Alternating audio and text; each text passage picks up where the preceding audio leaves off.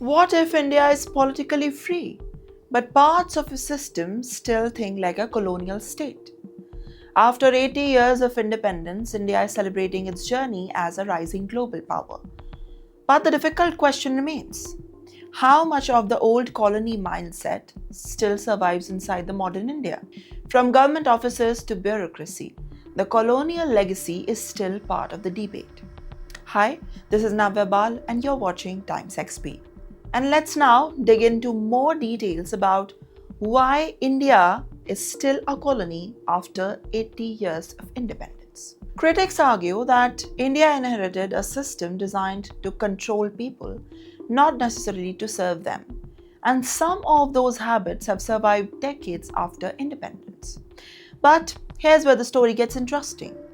The slow decision making, the red tape, the complicated procedures, and allegations of the corruption are often blamed for making the life harder for the citizens and the businesses.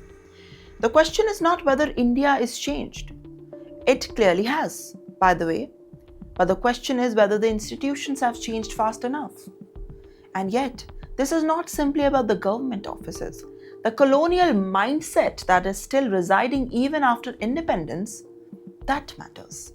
The colonial mindset can also appear in the ways that society looks at the foreign education, the foreign lifestyles, the migration, the English speaking status, and the Western approvals.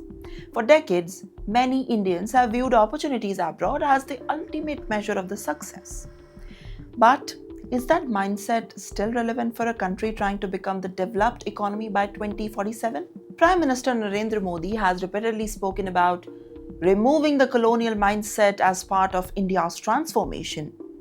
And that goal is bigger than replacing the old symbols of changing the name. It is about building confidence in India's own institutions, India's talent, and India's ability to create its own future.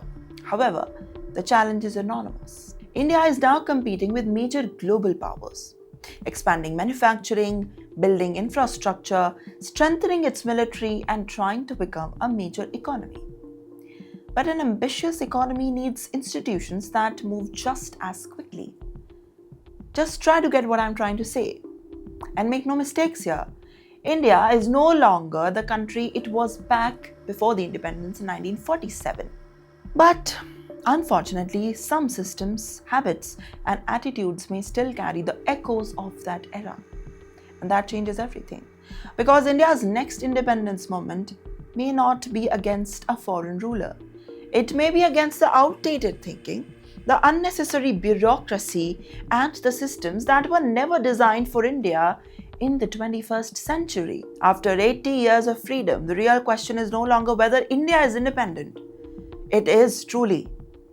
But it is whether India is free from the mindset of the colonial past or not.